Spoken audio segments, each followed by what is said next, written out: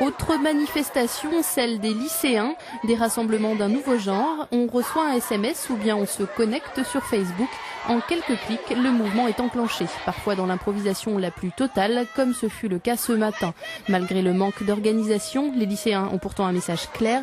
Ils demandent la suppression de la réforme engagée par Xavier Darcos. Il veut supprimer 90 000 postes d'ici 2012. Ça fait qu'il y aura surcharge des classes et nous on n'a pas envie d'être à 45 dans les classes. Déjà qu'à 35 c'est déjà dur. Donc voilà, ensuite il y a la suppression des filières générales, de matières et d'options. Donc nous on trouve ça grave.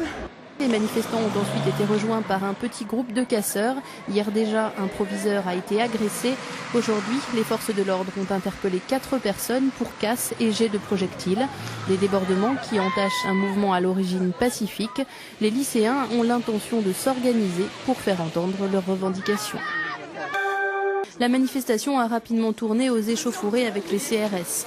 Un jeune a tenté de pénétrer dans un établissement tandis qu'un autre a brisé une vitre d'une classe de cours, faisant heureusement aucun blessé. Une violence que dénoncent les comités lycéens qui sont eux aussi descendus dans la rue un peu plus tard dans la matinée, mais cette fois avec une revendication claire.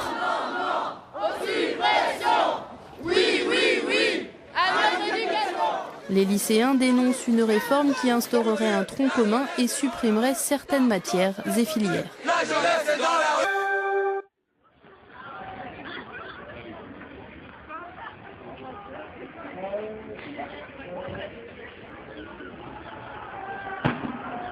Le pouvoir dans le lycée.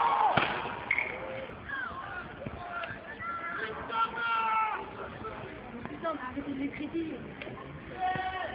Ça sert à rien.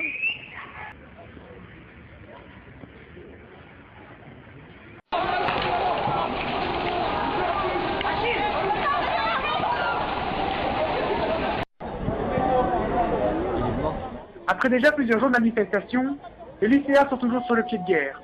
Xavier Darcos, qui il y a encore quelques semaines sur l'antenne de TF1 se disait ne pas être le ministre de l'Éducation nationale, a annoncé ce matin même la suspension de la réforme de la seconde.